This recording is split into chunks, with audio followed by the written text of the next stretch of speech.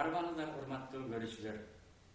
Аккордеонда мыкты ойноп, мыкты ырдаган өнөргө арналган аккордеон кайрыктары сиздердин назарыңыздарда. Сиздер менен Кубанычбек Эсенбаев. Биздин маданиятыбызга аккордеон менен ырдоо өнөрү абдан жайылган десек болот да. Бүгүнкү күнү кайрадан биз аккордеонго кайрылып бараткандайбыз.